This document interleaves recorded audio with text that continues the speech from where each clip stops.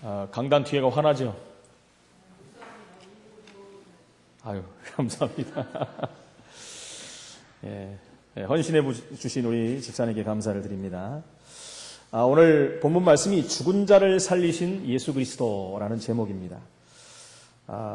인간의 모습을 보면 일주일을 이렇게 살면서 많은 사건들을 접하고 또 많은 만남도 갖고 또 많은 뉴스를 통해서 세상에 돌아가는 또 이 나라가 흘러가는 이런 모든 부분들을 이렇게 보게 됩니다. 보고 나서 결론이 나는 게 굉장히 바쁘구나. 세계는 가는구나. 계속해서 가는구나.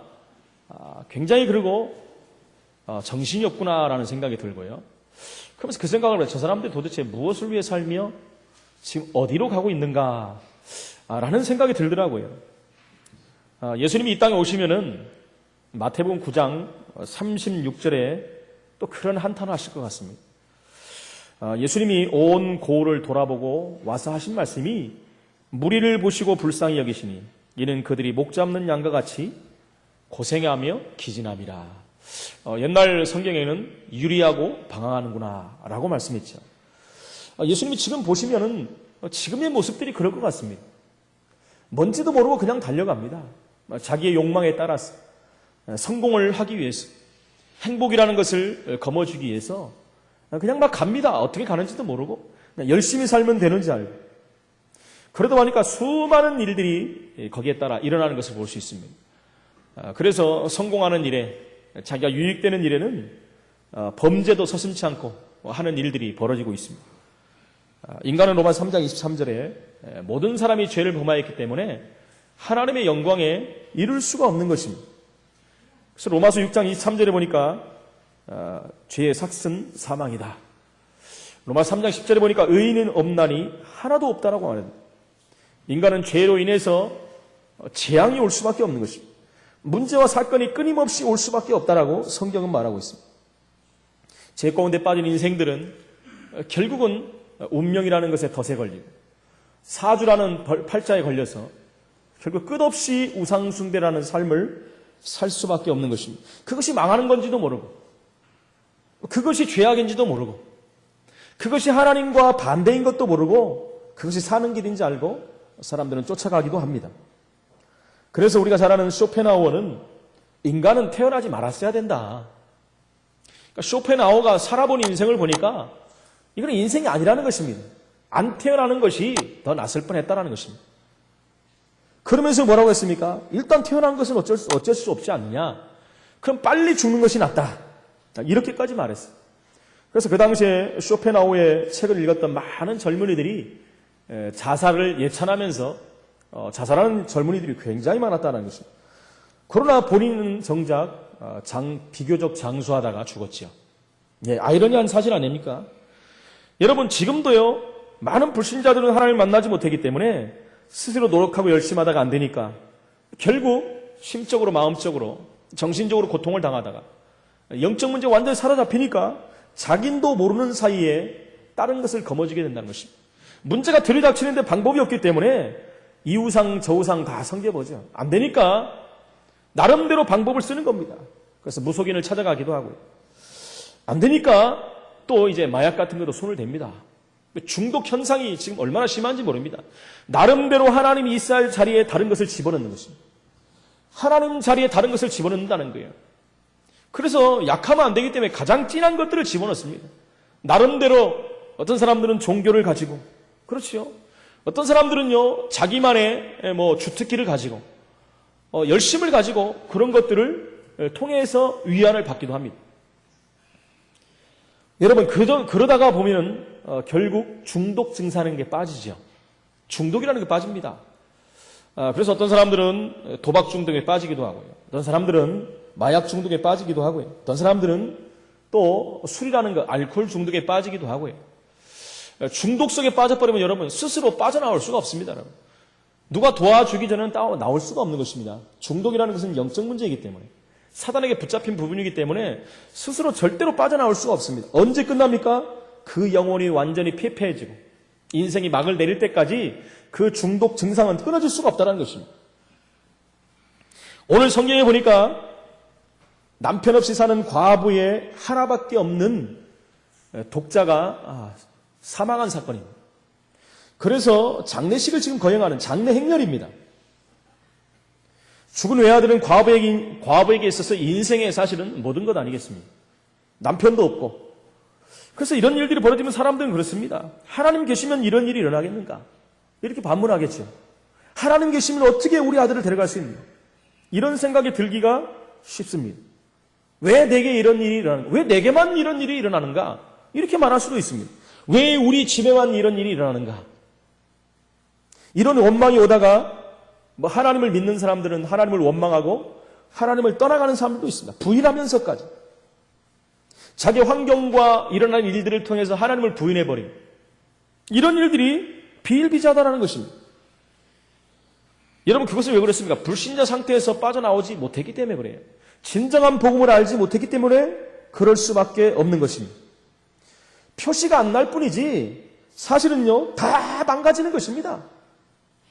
그것이 나중에 가서 이제 다 나타나는 거 아니겠습니까? 인간들의 이런 모습을 보시면서 예수님께서 오늘 장례 행렬을 멈추신 것입니다.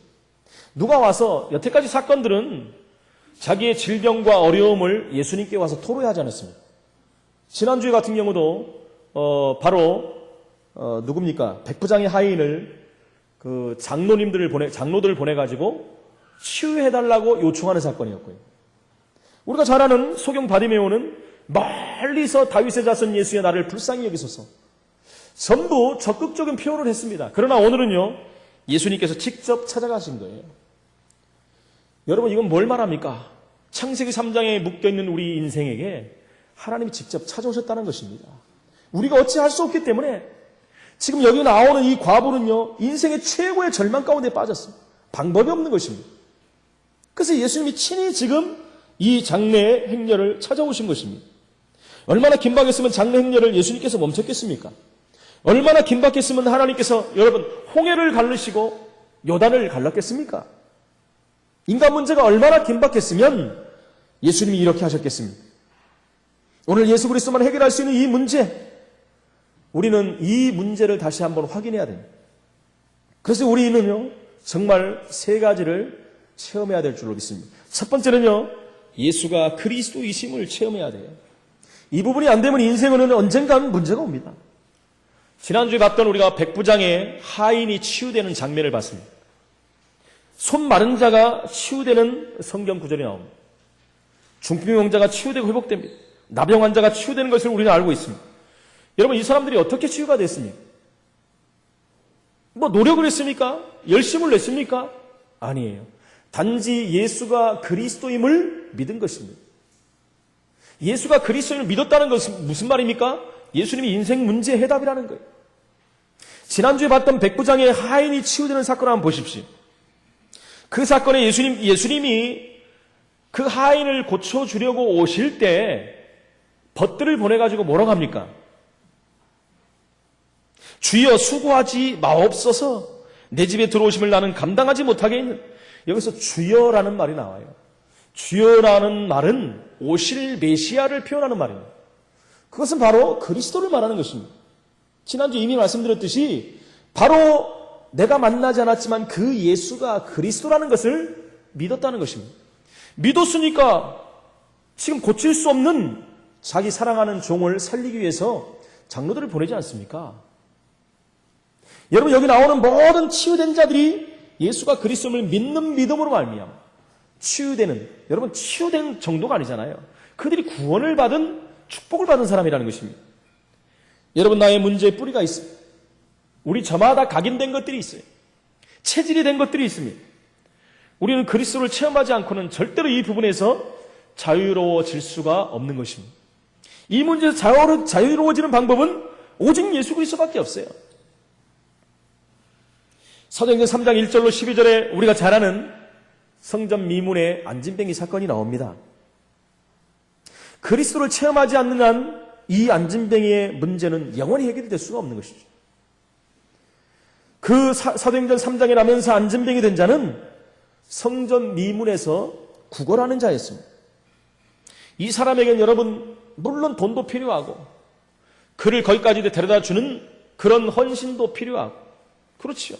많은 것들이, 육신적인 것들이 필요한 건 사실입니다. 필요하지 않다는 것이 아닙니다.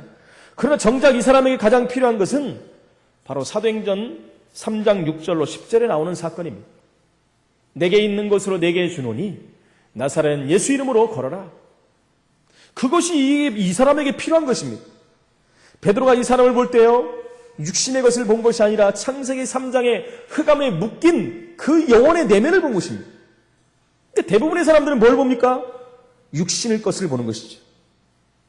육신으로 보기 때문에 가난하여 지금 병들어 있는 그 거지를 본 것입니다. 그래서 그 사람은 불쌍히 여기고 혀를 차기도 하겠죠. 지나가면서 동전 한 입을 주기도 하겠죠. 그러나 진정한 그 영혼의 내면 속에 있는 가장 병든 부분은 보지 못했다는 것입니다.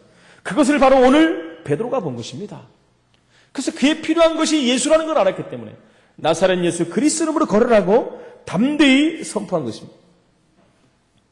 내 인생에서 그리스도를 모른다면 결국은 어느 날 문제가 올 수밖에 없습니다. 내 인생에 그리스도를 희미하게 한다, 비슷하게 한다, 여러분 문제 올 수밖에 없습니다. 그래서 성경은요, 오직이라는 말을 쓰고 있는 거예요. 오직 그리스도에는 방법이 없다는 거예요. 다른 이로서는 구원 얻을 수 없나니 선한 인간의 구원받을 만한 이름을 우리에게 주신 적이 없다라고 말하고 있습니다. 내 인생에서 그리스도를 발견한 이상 우리는 갈수록 응답이 온다는 것을 확인할 수 있습니다. 여러분, 여러분 확인해야 돼요. 안 오는 것이 아니라 오고 있는 것입니다. 저는요, 세밀한 부분까지도 하나님 앞에 인도받는 부분에 대해서 얼마나 감사한지 몰라요. 여러분들에게 말씀드리긴 뭐하지만 어제도 사실은 집사람하고 결혼식장을 다녀왔습니다만 가고 오면서 또 그 기간에 일어났던 일들을 보면서 작은 일이지만 하나님이 세밀히 인도하시는 부분이면서 얼마나 감사한지 모릅니다. 여러분 좀 무섭기 때문에 그런 말은 제가 말을 안 하겠지만 궁금하신 분들은 나중에 말씀하시면 제가 서면으로 보고를 하도록 하겠습니다만 그렇습니다. 우리가 정말로 복음을 안다는 것은 우리 인생이 보장된 것입니다. 그것이 중간에 끝나는 것이 아니라 끝까지 영원토록 하나님이 보호하시고 인도하시고 함께 하시기 때문에 응답이 올 수밖에 없는 것이죠. 그래서 저는 늘 여러분들에게 말씀드릴 때 정말 그리스도가 약화되면 어떻게 할까? 내 입에서 다른 게 나가면 어떻게 될까? 항상 걱정하는 건 그겁니다. 오직 복음, 오직 그리스도가 선포돼야 되는데 제 입에서 율법이 나가고 제 입에서 다른 게 나가면 어떻게 할까? 항상 걱정하는 것이 그겁니다. 그래서 여러분이 저를 위해서 기도해야 되는 부분이 그 부분입니다. 오직 예수만 말해야 된다는 거예요. 여러분 여기에 복음이 들려지고 복음이 깨달아지고 복음이 뿌리가 내려지지 않는다면 결국은 성도들은 망하는 것이에요. 교회는 무너질 수밖에 없는 것입니다. 아무리 잘 나간다 할지라도 복음이 없는 교회, 그리스도로 뿌리 내리지 못하는 성도는요 문제에 빠질 수밖에 없는 것입니다. 가장 중요한 것을 대충 말하면 되겠습니까, 여러분? 가장 중요한 것을 확실하게 말해야 돼요. 가장 중요한 것을 가치없이 말하면 되겠습니까, 여러분? 대충 말하고 세상 사람들이 말하는 차삼천 벌초하듯이 대충 말하고 가면 되겠습니까? 정확히 알아야 돼요. 여러분 우리 후대 랩런트일수록 정확한 복음 그리스도 그것이 뿌리가 내려야 됩니다. 완전히 뿌리를 내려버려야 돼요. 흑암세력이 1초도 틈 못할 정도. 그 옛날 종교개혁이 일어나고 각종 영생운동이 일어나고 부흥운동이 일어났지만 결국은 유럽은 거의 문을 닫아버렸습니다. 여러분 왜 그렇습니까? 뭐 때문에 그렇다고 생각합니까? 복음이 약화됐기 때문에 그래요. 복음이 후대들에게 뿌리를 내리지 못했기 때문에 그렇습니다. 첫 세대는 복음이 왕성하게 일어나는 것 같지만 그 복음이 후대들에게 원색 복음이 언약으로 전달되지를 못했다는 거예요. 그래서 저와 여러분들의 기도 제목은요, 우리 후대들에게 원색 복음이 전달될 수 있도록 기도해야 됩니다. 복음의 바톤이, 언약의 바톤이 흔들림이 없이 우리 후대들에게 전달될 수 있도록 우리는 기도해야 된다는 것입니다. 98%의 기독교화를 이뤘던 러시아가 어떻게 됐습니까, 여러분? 공산화돼 버렸고. 지금은요, 그렇게 잘 나가던 나라가 이전에 세계 열강에서 탈락했어요. 지금도 영향력이 있지만 왜 그렇습니까? 복음이 희미해져 버리고 여러분 교권이 난무하고 그렇지요. 정치가 난무하고 겉에 치장하는 게 난무하다 보니까 결국 러시아의 기독교가 퇴소되는 이런 일들이 벌어졌다는 것입니다. 여러분 이런 일들이 그러면 한국은 어떻습니까? 한국도 앞으로도 위험합니다. 늘 말하지 않습니까? 미국 교회가 그랬듯이 한국 교회도 여러분 복음이 약화되면 그럴 수밖에 없어요. 올바른 그리스도 운동, 말씀 운동이 일어나지 않는다면 또 그런 선진국들이 겪었던 그 전철을 밟을 수밖에 없는 것입니다. 성경에 그렇게 수많게 예언되었던 그리스도, 예언하고 성취된 예수 그리스도, 그분이 하나님의 아들이요, 그분이 바로 하나님 자신이요, 그분이 그리스도임을 우리가 완전히 확인하고 확신해야 되는 것이죠. 그것이 뿌리 내려야 되는 것입니다. 그래서 우리는 그리스도를 올바르게 체험해야 돼요. 여러분, 올바르게 체험하지 못하니까 나타나는 열매로 다 볼 수 있는 것입니다. 올바로 체험하지 못하니까 신비주의 쪽으로 나타나버리고, 율법주의 쪽으로 나타나버리고, 사회운동 쪽으로 나타나버리는 것이죠. 여러분, 이건 당연한 거예요. 무엇이 들어갔냐에 따라서 열매가 맺혀지기 때문에. 그러면 그런 열매가 맺혀지면 그것이 열매를 낳고 열매를 낳다 보면 큰 문제로 연결이 될 수밖에 없다는 것입니다. 오늘 생명의 근원이시며 주관자 되시는 예수 그리스도께서 나인성 과부의 아들을 살리십니다. 예수님께서는 가난한 자, 곧 의지할 데 없는 과부의 슬픔을 돌아보시고 위로하시는 것입니다. 예수께서 과부의 슬픔을 위로하기 위해서 슬픔의 원인인 죽은 아들을 살리신 겁니다. 그래서 사실은요, 장례 행렬이요, 생명의 축제가 된 것입니다. 여러분, 이것이 전도운동입니다. 이 7지역에 흑암의 세력이 묶여있고 영적으로 죽어있는 고통당하는 그 영혼들을 살리는 것이 바로 생명운동인 것입니다. 영적으로 완전히 고통 가운데 죽어있는 그 영혼들을 살리는 것이 하나님의 계획이고 하나님이 기뻐하시는 일이고 이것이 바로 우리가 해야 될 일이라는 것입니다. 예수님께서는 요한복음 11장 1절로 44절에도 마르다와 마리아의 오빠 나사로를 살리는 기록이 나옵니다. 사도행전 8장 9절, 49절 56절에는 회당장 야이로의 12살 된 딸을 또 살리는 역사가 또 나타납니다. 그건 무슨 말입니까? 생명의 근원이 예수 그리스도라는 거예요. 예수님은 모든 자도 다 살릴 수 있습니다. 생명의 근원이시며 그분은 하나님이시면서 창조주십니다. 생명까지 창조하신 분이시기 때문에 살릴 수도 있고 죽일 수도 있는 분이시라는 것입니다. 성경에 보면요, 죽은 자를 살리는 사건들이 몇 가지가 나옵니다. 예수님 말고. 구약에 보면은 엘리야가 사르밧 과부의 아들을 살리는 기록이 나오지요. 또요, 왕하 4장에 보면 엘리사가 수넴 여인의 아들을 또 살리는 기록이 나옵니다. 또 신약에 보면 베드로가 다비다라 하는 여제자를 또 살리는 기록이 나오지요. 또 바울이 유두고라 하는 청년을 또 살리는 기록이 나오고 있습니다. 여러분, 이 기록들을 보면 엘리야가 사르밧 과부의 아들을 살릴 때는 살리기 위해서 애곡하는 장면이 나옵니다. 슬퍼하면서 고글하면서 하나님 앞에 기도하는 장면이 나오죠. 엘리사가 수넴 여인의 아들을 살릴 때는요, 그 몸을 시체에 반복해서 접촉합니다. 계속해서 접촉하는 기록이 나옵니다. 베드로는 다비다다 하는 여제자를 살릴 때 시체 앞에서 열심으로 기도했어요. 바울은요, 유두고라는 청년을 살릴 때 시체 위에 역시 엎드려서 그 몸을 안았다라는 기록이 나옵니다. 여러분, 이것과 예수님이 2명을 살리는 사건을 보면 예수님은 말씀으로 살리셨습니다. 금방 말씀드린 예수님은 생명의 근원이시기 때문에 뭐라고 합니까? 예수님께서 청년아 일어나라 라고 했어요. 예수님이 한 것은 관에 손을 댄 것밖에 없어요. 청년아, 여러분 혹시 그럴 수 있지 않습니까? 관에 손을 안 대면 제 생각이에요. 관에 손을 안 대고 청년아 일어나면 죽었던 청년들 다 일어날까 봐. 맞습니까? 제 생각입니다. 어디까지나. 그래서 지금 죽어있는 청년을 향해서 손을 댄 거예요. 청년아 일어나라. 분명히 말씀한 것입니다. 뭐 청년이 이름 알았다면 청년이 이름 부를 텐데. 여러분, 나사로에게는 뭐라고 했습니까? 그 돌문을 열고 나사로야 나와라 그랬어요. 나사로야 나와라 그랬어요. 여러분, 혹시 나사로 이름을 몰랐다면 예수님이 가서 손을 대야 되는데 나사로 이름을 알았기 때문에 나사로야 나와라 그랬어요. 역시 이것도 우스갯소리입니다, 여러분. 나와라 그랬으면 죽었던 사람들 다 나오잖아요. 웃으시는 분이 별로 없지만은. 그래서 예수님은요, 생명의 근원이시고 그분은 하나님이시기 때문에 하나님 말씀만 해도 되는 것입니다. 이 믿음을 가지고 지난주에 백부장의 종이 살아나서 고쳐진 거 아닙니까? 그러니까 말씀만 하옵소서. 여러분, 이건 굉장한 의미입니다. 지금 굉장한 의미예요. 그래서 말씀으로 치유하시고 말씀으로 살리시는 장면들을 성경에서 볼 수가 있어요. 그러나 모든 예수님의 제자들이라든가 믿는 자들은 또 틀렸지요. 왜요? 본인이 하나님이 아니니까, 본인이 그리스도가 아니니까, 대행하는 자였기 때문에 손을 대기도 하고 몸을 마주치기도 했다라는 것이죠. 여러분, 그런데 예수가 그리스도임을 체험하지 못한 자들이 여기에 나오고 있습니다. 여러분들 어떻게 보셨습니까? 오늘 성경 누가복음 7장 12절에 보니까 제자와 수많은 무리가 예수님과 동행했다. 지금 계속해서 제자들과 수많은 무리들이 예수님을 따라다니고 있어요. 이것을 우리는 주목해야 된다는 것입니다. 처음부터 끝까지 이 기록이 계속 나오고 있어요.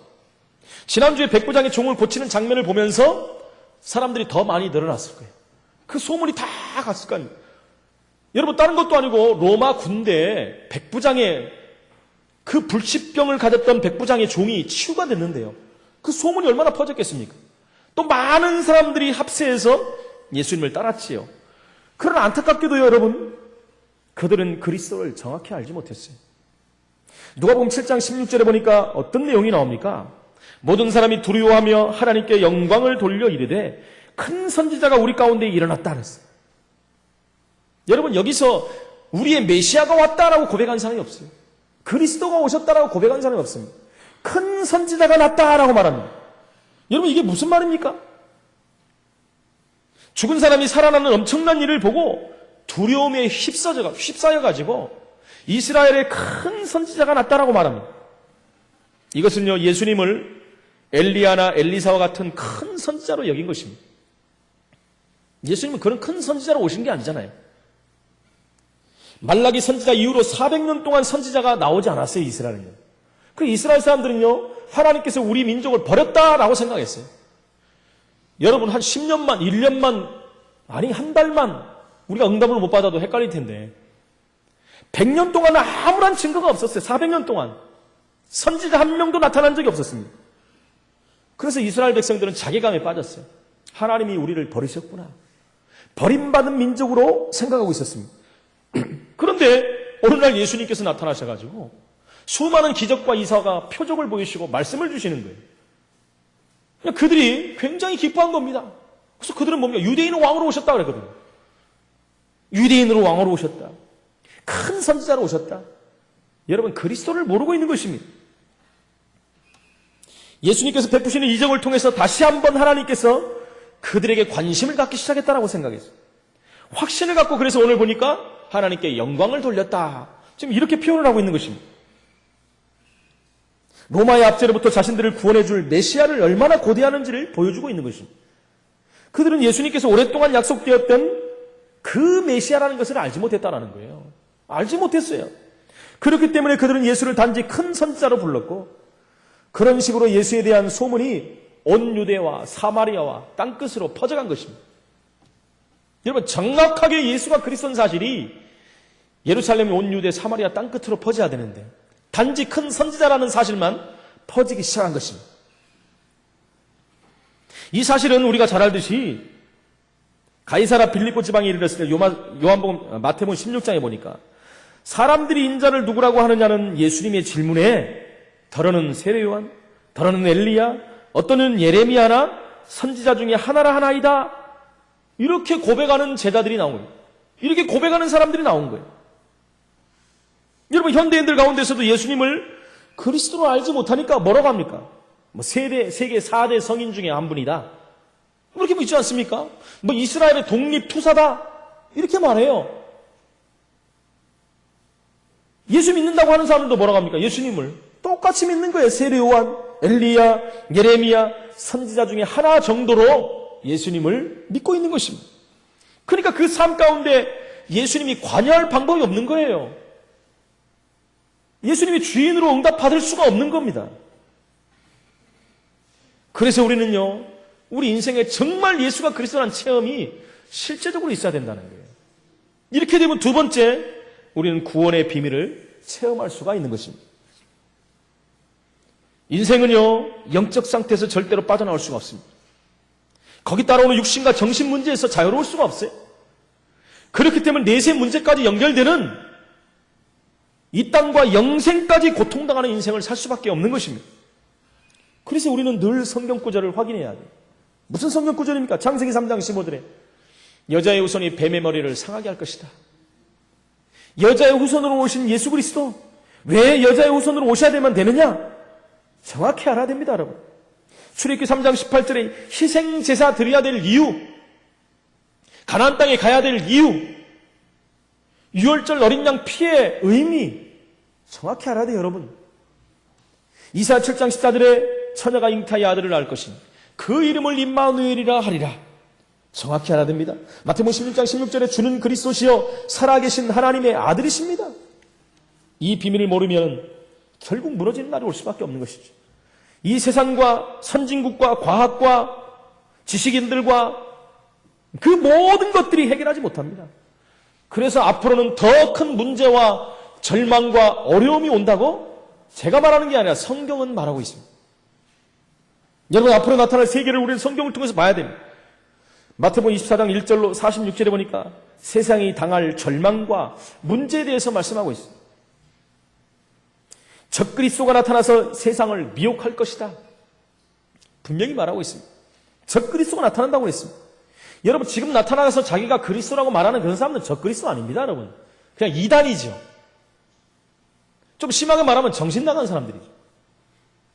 근데 정말 적그리스도가 나타난다고 성경은 말하고 있어요. 여러분, 그냥 이런 모습으로 나타나는 게 아닙니다. 미혹해갖고 사람들이 다 넘어가는 때가 온다고 그랬어요. 난리와 난리의 소문이 있겠고, 민족이 민족을, 나라가 나라를 대적할 것이고, 곳곳에 기근과 지진이 일어날 것이고, 그것은 그런데 재난의 시작일 뿐이라고 그랬어요, 여러분. 그것이 끝이 아닙니다. 재난의 시작일 뿐이라고 그랬어요. 믿는 사람을 환난에 넘겨줄 것이고, 믿는 사람을 죽일 것이고, 예수 이름 때문에 모든 민족에게 예수 믿는 사람이 미움을 받을 것이다. 여러분, 자금에 일어나는 WCC 때문에 많은 혼란들이 있습니다. 한기총하고 또 다시 합의를 했느냐 안 했는지 해도요, 여러분, 내면을 바라보면 굉장한 문제들이 들어있는 것이에요. 여러분, 이건 그냥 이단 정도가 아니라 배교하는 일들이 벌어질 수 있어요. 안타까운 것은 너무나 한국의 많은 교회들이 거기에 참여하고 있다는 것이에요. 정말 WCC가 그렇게 나타났던 그런 부분들에 대해서 아니라면은 정말 이제 보수단체에서 말하고 있는 그 부분에 대해서 정확히 해명을 해야 됩니다. 그런 해명한 적이 단 한 번도 없어요. 여러분, 사단은요, 완전히 드러나게 안 합니다. 자기의 모습을 숨기고 하나하나 야금야금 들어온다는 거예요. 그걸 보니까 다 무너지는 것입니다. 이런 식으로 해갖고 유럽교회라 미국교회 다 무너지는 것인데 지금 한국교회 WCC라는 큰 지금 문제가 들어온 것입니다. 사실은 WCC 그 문제 때문에 합동과 통합 측이 갈라지는 일이 일어난 거거든요. 근데 또 그것 때문에 지금 한국교회가 양분되고 있어요. 얼마나 안타까운지 모릅니다, 여러분. 그러니까 이렇게 하니까요, 수많은 교단들이 다른 데서 뭐랍니까? 왜 너희만 그렇게 말하니? 벌써 이렇게 나오고 있어요. 여기에 우리는 잘 주시해야 됩니다. 심각한 일들이 지금 벌어지고 있다는 것입니다. 그래서 뭐라고 합니까? 복음 전하는 예수 이름 때문에 당장 우리에게 너희는 왜 그리스도만 말하냐 그러지 않습니까, 여러분? 아니, 말할 것도 많은데 왜 예수만 말하냐? 왜 교회만 구원이 있다고 하느냐? 교회 바꿔도 구원이 있다. WCC에서 여러분, 그건 수년 전에 이미 WCC 안에서 말한 얘기예요. 천주교권이나 정교가 있는 데서는 전도하지 마라. 협의문으로 만들어 놓은 것입니다, 여러분. 그리고 왜 예수만 믿어 구원받느냐? 하나님은 모든 종교를 통해서 구원 얻는 길을 열으셨다. 여러분, 성경 없애야 돼요. 그러면 교회 안 와도 됩니다. 제가 늘 말해야 되잖아요. 왜 주일날 이렇게 힘든데 와가지고 좀 쉬고 단풍놀이도 가고 우리 해야죠. 그래서 좀 편한 날 그냥 절에 한번 갔다 오고 이러면 될 텐데 등삼경 올라가가지고 절에 가서 맛있는 밥도 먹고 그죠? 힐링하고 내려와야죠. 여러분, 그것을요, WCC가 뭡니까? 세계 교회 협의회예요. 온갖 잡종교들이 다 들어와가지고. 그리고 그게 교회 단체라는 거예요, 지금, 여러분. 국민일보에서 대서출피해가지고, 화가 나고 국민일보를 안 봐버릴까 하다가 내가 지금. 국민일보도 완전히 찬성적으로. 한국계 보수단체 언론까지도요, 주춤해요, 주춤해. 어디에다 방향을 맞춰야 될지 몰라요. 여러분, 어디에 방향을 맞춰야 됩니까? 하나님 말씀에 방향을 맞추면 돼요. 여러분, 헷갈릴 거 없습니다. 하나님 말씀에 방향을 맞추면 답은 다 나오게 돼 있는 거예요. 너무나 안타까운 일들이 벌어지고 있는 것입니다. 그래서요, 예수 이름 때문에 모든 민족에게 미움을 받는다 그랬어요. 많은 사람들이 실족하며 서로 잡아주고 서로 미워할 것이고, 거짓 선지자가 많이 일어나서 많은 사람을 미워할 것이고, 저는 이것이 거짓 선지라고 봅니다. 많은 성도들은 뭔지도 모르고 쫓아가는 거예요, 그냥. 목사님 앞에서 인도하는 대로 가는 거예요. 옛날부터 나오잖아요. 목사 말은 하나님 말이다 하고 막 다 따라가야 된다 그래요. 틀리거나 맞거나 무조건 따라가. 무조건 아무 데가 머리 뒤물어 막. 제가 이번 주에도 병원에 가갖고 딱 하고 나오는데 환우들이 목사님이 기도해 준다고 그랬다고 내려왔다고. 기도한다는 것을 안수하는 거로 착각하고 있어요, 다. 안 가고 다 기다리고 있는 거예요, 환자들이. 그래서 저는 안수 안 합니다. 정말 원하시면 제가 하겠지만은 저는 안 합니다. 여러분의 믿음으로 하나님 앞에 기도하십시오. 저는 여러분들 위해서 기도해드리겠지만은 저는 안수 안 합니다. 그 이유에 대해서 쭉 얘기하니까 그분들이 그 이해를 하시더라고요. 그 대신 제가 기도를 진하게 한번 해드렸지. 죄송합니다. 진하게 해드렸다. 중심을 가지고 기도를 해드렸습니다. 그렇습니다. 여러분, 성도들이 잘못 인도를 받으면 어떻게 되겠습니까? 앞에 선지자가 잘못 하나님 말씀을 인도하면 어떻게 되겠습니까? 그것이 구렁텅이로 빠지는 길인지도 모르고 쫓아가는 성도들은 어떻게 되겠습니까? 참 안타까운 일이죠. 그런데 마태복음 24장 성경에는 분명히 말하고 있습니다. 그런 날들이 올 것이라고. 불법이 성함으로 많은 사람의 사랑이 식어진다. 여러분, 요즘에 정치 경제 늘 말하지만 완전 불법이에요, 불법. 경제인들 보십시오. 전부 불법이에요. 보세요. 불법이 아닌 게 하나도 없어요. 그냥 나라에서 당연히 그런 줄 알고 다 넘어가요, 넘어가. 그래서 요즘에서 좀 강화해가지고 좀 이제 법을 적용해가지고 총수들이 감옥에 가고 막 이러니까 이제는 정신을 좀 차린 것 같지만 뭐라고 합니까? 그래도 그렇지. 그 사람들 그다 집어넣으면 어떻게 했냐면서. 그러니까 법 위에 다 서버리는 거예요. 불법이 성행하는 시대가 돼버렸어요. 법을 안 지키는 사람이 더 잘 살고 법을 지킨 사람들은 더 어려움을 당하는 그런 사람들이 얼마나 많습니까, 지금. 성경은 이런 날이 온다고 분명히 말하고 있어요. 그러나 끝까지 견디는 자는 구원을 얻을 것이다. 마태복음 24장 14절에 마지막으로 그러면서 뭐라고 했습니까? 그래도 이 천국 복음이 모든 민족에게 증거될 것이다. 이런 일이 벌어져도 이 복음은 끝까지 전해질 것이다. 그 누구도 막을 수가 없을 것이다. 그때 예수님께서 재림할 것이다. 라고 성경은 말합니다. 마태복음 25장 1절로 46절에 보니까 교회 마지막 때 일어난 교회 문제들이 일어납니다. 마지막 때는요, 그래서 열처녀 비유와 달란트 비유, 양과 염소에 대해서 나오지 않습니다. 교회는 양과 염소가 공존한다 그랬어요. 여러분, 신천지 사람들은요, 자기들이 노골적으로 말해요. 자기들은 염소다, 이리떼다 그래요. 이리떼다. 아예 염소를 지나서 자기들은 이리떼다라고 말합니다. 혹시 우리 교회에 이리가 옵니까? 우리 교회는 이리가 한 마리 없는 것 같아요, 제가. 우리 다 알고 있지 않습니까? 감사하잖아요. 지금 한국교회 모든 교회들이 지금 막 신천지가 들어왔고 들쑤시는 바람에 얼마나 심각한지 모릅니다. 근데 우리 교회는 없어요. 이런 말하면 또 알아듣고 올란가. 왔다가도 견디지 못합니다, 여러분. 복음이 강한 교회는요, 와서 견딜 수가 없어요. 예수를 믿고 돌아오든지 도망가든지 둘 중에 하나예요. 힘이 하니까 그냥 남아가고 사람들 미혹시키는 거예요, 여러분. 한번 생각해 보시오. 생각해 보세요. 정확한 복음이 그리스도가 계속 전파되면 그 사람들은 뭐예요? 사단에게 장악된 사람들이잖아요. 그러면 견딜 수 있습니까, 여러분? 견딜 수가 없어요. 견딜 수 있는 방법이 없는 것입니다. 도망가는 거예요. 회개하고 돌아오든지 둘 중에 하나일 수밖에 없는 것입니다. 마지막 때는 교회 안에 문제들이 계속 일어난다고 그랬어요. 그래서 정말 복음으로 준비한 자들, 성령으로 충만한 자들, 그런 자들이 교회 안에 일어나야 된다는 것입니다. 디모데후서 3장에 보니까 말세는 고통하는 때가 된다 그랬어요. 자기만 사랑하고 돈만 사랑하고 돈 버는 거, 돈 가진 거 자랑하고 교만하며 비방하고 부모를 거역하고 감사하지 아니하고 거룩하지 아니하고. 여러분, 우리 성도님들만이라도 정말 늘 감사하다라는 말을 서로 고백해야 돼요. 서로 사랑합니다라는 고백을 해야 돼요. 집에서도 그래야 돼요. 작은 일에도 감사하고 내가 한 것도 정말 하나님께 영광을 돌리고 정 겸손하고 낮아지고 내가 이렇게 했는데 그게 교만이라니까. 할 수 있다 할 수 없다도 아닙니다. 하나님이 나에게 힘을 주시면 할 수 있는 거예요.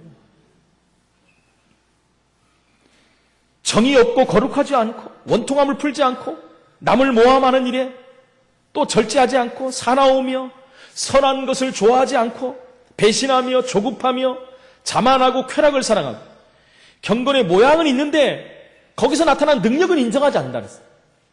이런 날들이 온다고 했습니다. 계시록 1장 1절 3절에는 마지막 때 영계에 대혼란이 일어난다 그랬어요. 대혼란이 일어난답니다. 그래서 계시록 1장 3절에는 이 예언의 말씀을 읽는 자, 듣는 자, 지키는 자는 복이 있다. 근데 그 다음에 때가 가까워 옴이라. 여러분 말세의 영계는 대혼란이 일어날 때가 옵니다. 수많은 곳에서 악한 영들이 이상한 적그리스도 영을 가진 것들을 일으켜가지고 혼란을 시키는 때가 와버렸어요. 뭐가 맞는지 헷갈리는 시기가 와버렸어요. 교회 안에 들어왔는데 이게 정말 신앙인지 아닌지도 모르는 분별이 안 되는 그런 때가 와버렸어요. 여러분 뭐 갖고 분별합니까? 복음, 말씀 갖고 분별하면 바로 보여요, 여러분. 여러분 거짓의 영으로 역사는 흥하는 악한 것들, 여러분 이단의 영들 가진 사람 다 보십시오. 성경은 다 갖고 있어요. 전부 성경을 봅니다. 그리고 자기들의 따로 보는 경전이 있어요. 그렇게 하고 미혹하니까 사람들이 다 넘어가는 거예요.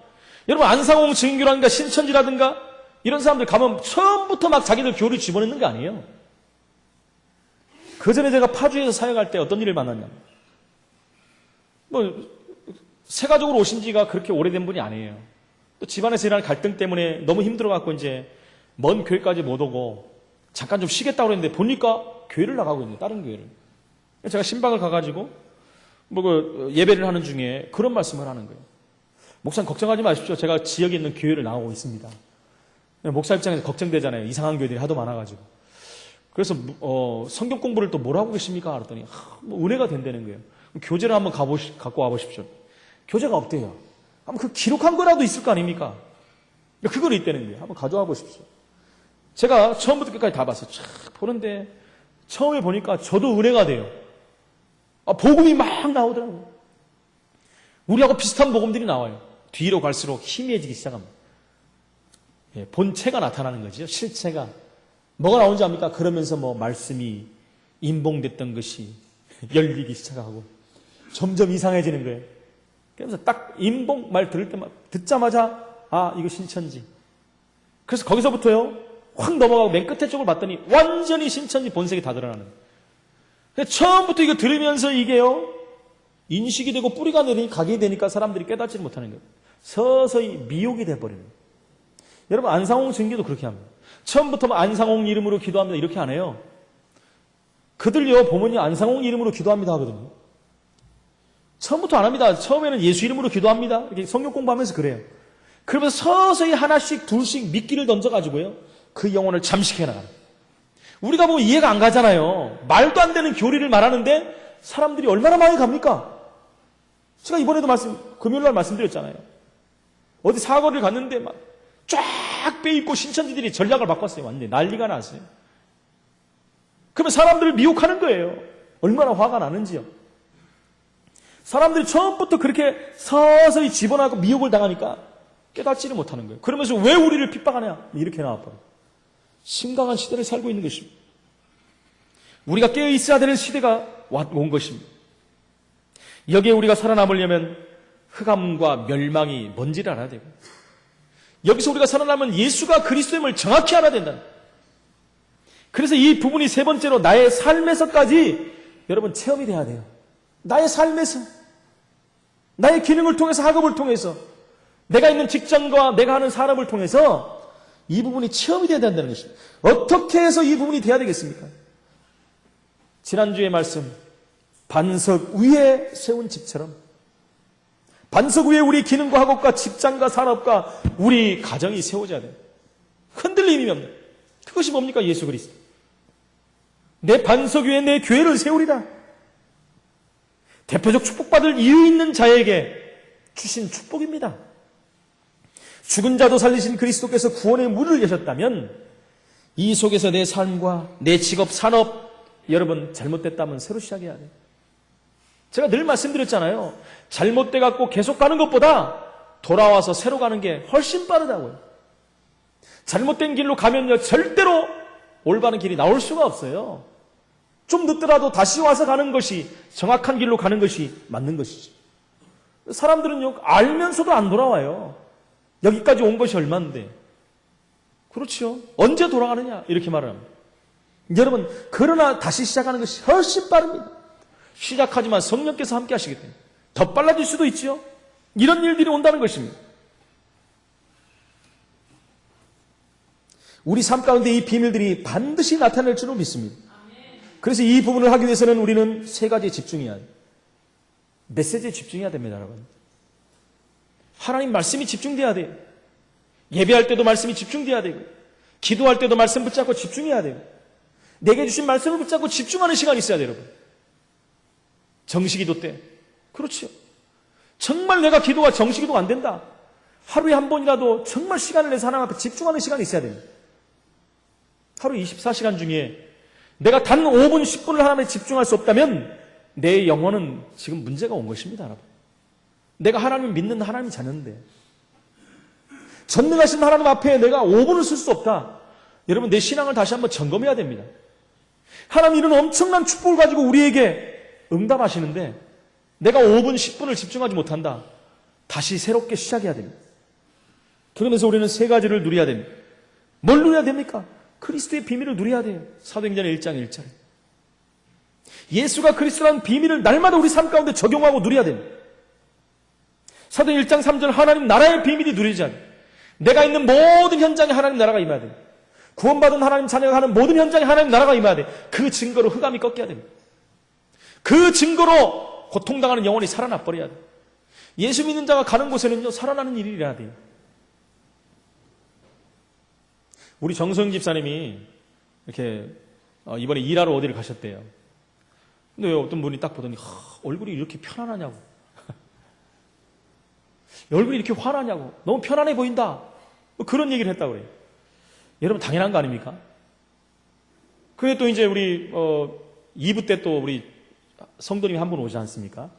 우리 박경선 집사님과 같이 이렇게 전도해 갖고 오신 분인데 그분도 정선 집사님 보면서 얼굴이 이렇게 환해졌다고. 너무 편해 보인다. 여러분, 전도는 그겁니다.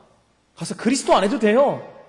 내가 그리스도를 누리고 있다면 내 얼굴로 나타나게 돼 있습니다. 그래서 우리 얼굴이 전도 편지요, 복음 편지 아닙니까? 아니, 성함교회 다니는데 얼굴이 왜 그 모양이야?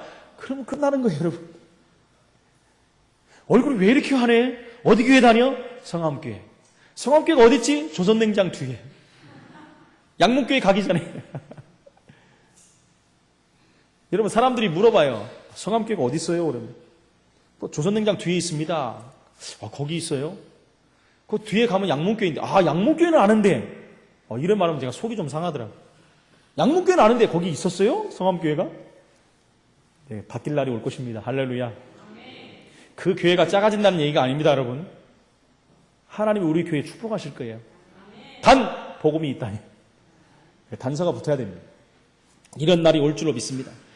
그러면 우리는 성령의 충만함을 누리는 자가 돼야 돼요.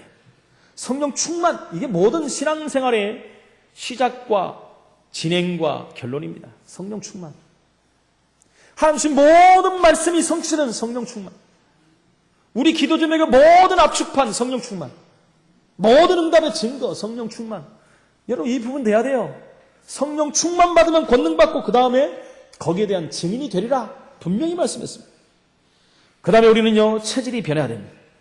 사실은 여러분, 결국 체질 때문에 다 무너지지 않습니까? 복음 모르는 사람이 어디 있습니까? 우리 성함교회 성도들이라면. 예수가 그리스도인 거 모르는 사람이 어디 있겠습니까? 왜 안 됩니까, 여러분? 체질 때문에 안 돼요. 머리로는 아는데 안 따라가요. 안 따라갑니다. 왜요? 체질이 안 됐기 때문에. 다른 것으로 각인됐기 때문에 그래요. 결국 사실은 체질 싸움입니다, 여러분. 우리는 복음으로 체질화되고 그리스도로 체질화되고 기도로 체질화되는 사람이 돼야 될 줄로 믿습니다. 결론적으로 말씀드립니다. 예수님께서는 오늘 사망과 음부의 열쇠를 가지시고 인간의 생사복을 주관하시는 그리스도이며 자신이 하나님이심을 스스로 증명하신 거예요. 예수님이 무엇을 해야 되며 왜 왔는가를 오늘 조그만 사건을 통해서 예수님은 나타나신 것입니다. 그 그리스도의 언약을 우리가 붙잡아야 된다는 거예요. 예수님께서 죽음을 정복하고 부활하실 것과 성도들도 종말에 다시 부활할 것을 예표한 거예요. 십자가 사건과 부활의 사건을 지금 동시에 말씀하시는 거예요. 작은 사건이지만 여기는 십자가 부활이 다 나오고 있는 거예요. 인간에 대한 예수님의 긍휼하심을 보여주신 것입니다. 아가페 사랑, 예수 그리스도의 그 사랑을, 인간을 향한 사랑을 지금 나타내신 것입니다. 이 같은 예수님의 태도는 과부를 돌보라는 율법을 준수하심과 동시에 사람들에게 힘없는 과부를 돌보도록 권면하십니다. 여러분, 작은 말인 것 같지만 율법을 완성하러 오신 예수 그리스도, 아가페의 사랑을 보여주시고, 그러면서 우리에게 그 사랑을 말하라고 함축된 말씀을 하는 거예요. 십자가 사랑을 말하라고 하는 것입니다. 죽은 자를 살리신 예수 그리스도, 그것은 십자가 사건을 말하는 것이고, 살리신 분은 그리스도, 부활하신 그리스도를 말하는 것입니다. 우리는 십자가와 그리스도만 말하는 자가 돼야 돼요. 그분이 부활하셔야 될 당위성을 말해야 되는 전도자로 살아야 된다는 것입니다. 이 아침에 하나님 주신 언약을 다시 한번 붙잡으시고 정말 그리스도를 체험하시고 우리가 하나님 자녀라는 구원받은 놀라운 축복을 체험하시고 이 사실이 우리 삶 가운데 나타나는 증거를 체험하시는 저와 우리 모든 성안 공동체 식구들이 되시기를 예수 이름으로 축원을 드립니다. 살아계신 하나님, 은혜를 감사합니다. 하나님 없는 인간은 결국 그 자리에 다른 것을 집어넣을 수밖에 없고 그것을 따라가다 무너질 수밖에 없는데, 그것 때문에 무너진 인생을 예수님이 찾아오셔서 그 인생을 살리시고 세우셔서 새로운 시작을 할 수 있도록 축복을 주신 하나님 감사합니다. 우리 인생이 그런 인생이 있는데 우리 인생을 굽어 살피사 우리에게 구원의 놀라운 축복을 허락하시고 구원의 비밀을 체험케 하시며 이 사실을 우리의 삶 가운데 나타내시기를 원하시는 주님, 오직 예수 그리스도의 그 언약을 완전히 붙잡고 하나님 나라의 비밀이 가는 곳곳마다 나타나며 이 증거할 수 있는 성령의 충만함을 우리에게 허락하여 주옵소서. 오직 예수 그리스도 십자가와 부활을 말하는 전도자의 삶을 사는 하나님의 사람들이 될 수 있도록 성령으로 역사하여 주옵소서. 살아계신 예수 그리스도 이름으로 기도합나이다. 아멘.